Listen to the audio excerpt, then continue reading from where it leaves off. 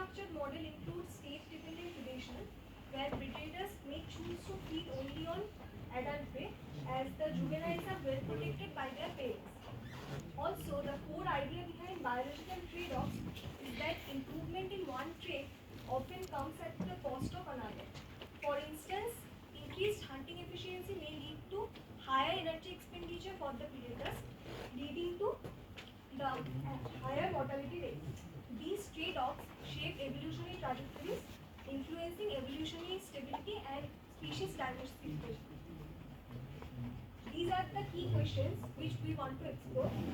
How can a single species split into two distinct types due to evolution? How does different trade-off structure influence evolution of predators' hunting behavior and prey's anti-predator behavior? And how does the interspecies competition affect the evolutionary dynamics? To answer this question, we use adaptive dynamics to study the long-term evolutionary outcomes by utilizing concepts like invasion fitness, evolutionary singular strategies, and pairwise invisibility blocks. This is the considered state structure model. This is a well-known model where U, V, W are the densities of juvenile prey, adult prey, and predator species. And this model includes prey protection via this parameter eta. Also, predators only feed on juveniles. Only feed on adults, and juveniles are protected, and there is interspecies competition among the adult prey.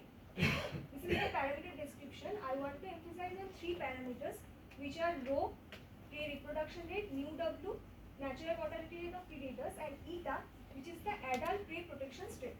Now, this eta remains constant within the context of ecological dynamics, but when we will apply adaptive dynamics, eta will vary in the interval 0 to 1.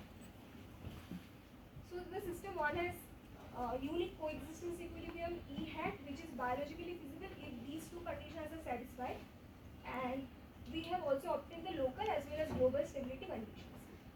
Now, moving to the predator evolutions, those conditions are utilized in this feasible evolution set so that the ecological attractor is the equilibrium E hat.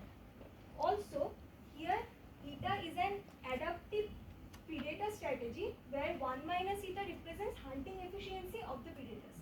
Increased hunting efficiency has energetic cost, resulting in increased mortality rate of predators.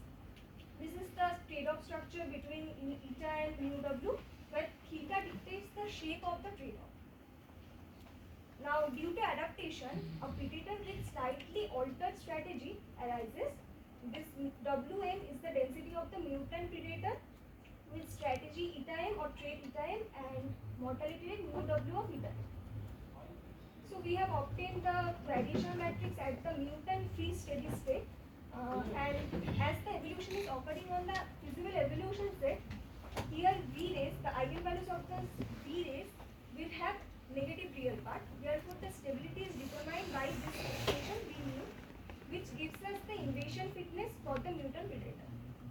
Now, invasion fitness is the long-term population growth rate of a mutant with trait eta m when the environmental conditions are set by the resident eta.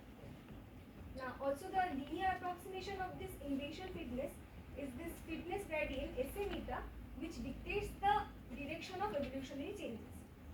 We have obtained the evolutionary singular strategies, which are the zeros of that selection gradient, and also this singular strategy is convergence stable. If it exists, convergence stable means evolutionary attractor of the adaptive